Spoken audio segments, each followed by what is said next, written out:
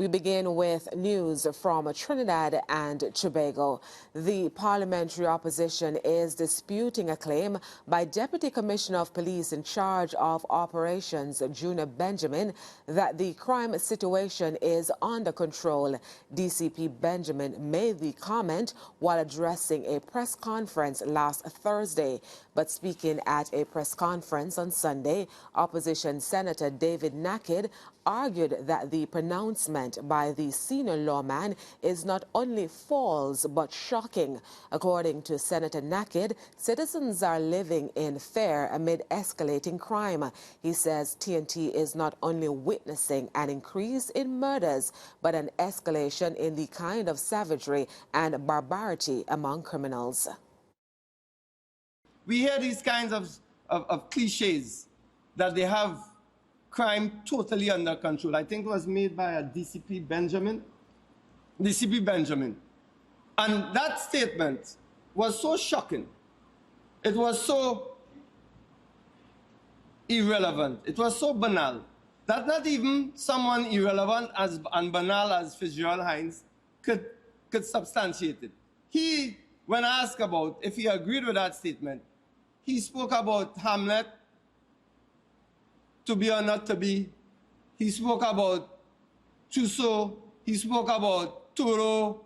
He philosophized. He even reached to Cain and Abel.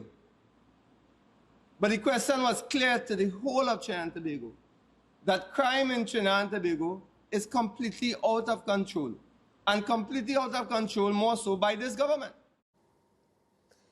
He accused the government of being complicit in the escalating crime gripping the country. According to the opposition senator, the Rowley administration has ignored repeated warnings to tackle the root causes of crime. He pointed to a report by the United Nations Office of Drugs and Crime, which highlighted the need for the government to place greater emphasis on education. And I'll tell you why they are complicit. When the United Nations Office of Drugs and Crime stated on several occasions that the solution to crime or escalating crime, especially in third world countries, was education, education, education, sports. In other words, they listed education 3 times. Somehow, the PNM never seems to get that memo. Somehow, I don't know if I know we have a bunch of dunces in this PNM, particularly. I mean, this is an aberration of what we would normally see as PNM. But we could not believe, as the opposition, that if you are told by the United Nations Office of Drugs and Crime that education, education, education is the key. Even your own founder of your party shares that education is the key. And what have you done? You have done the worst possible job on education. Meanwhile, the opposition member is challenging the narrative by the police high command and from the government that most of the murders committed in the country are gang-related. What we are constantly faced with when we open the newspapers, as we wake up every single day, every single morning, to the tragic news.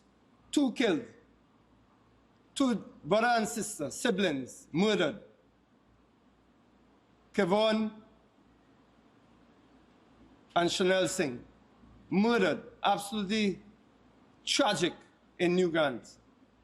We look and see a young, aspiring cricketer, Hakeem Mitchell, killed in Barataria.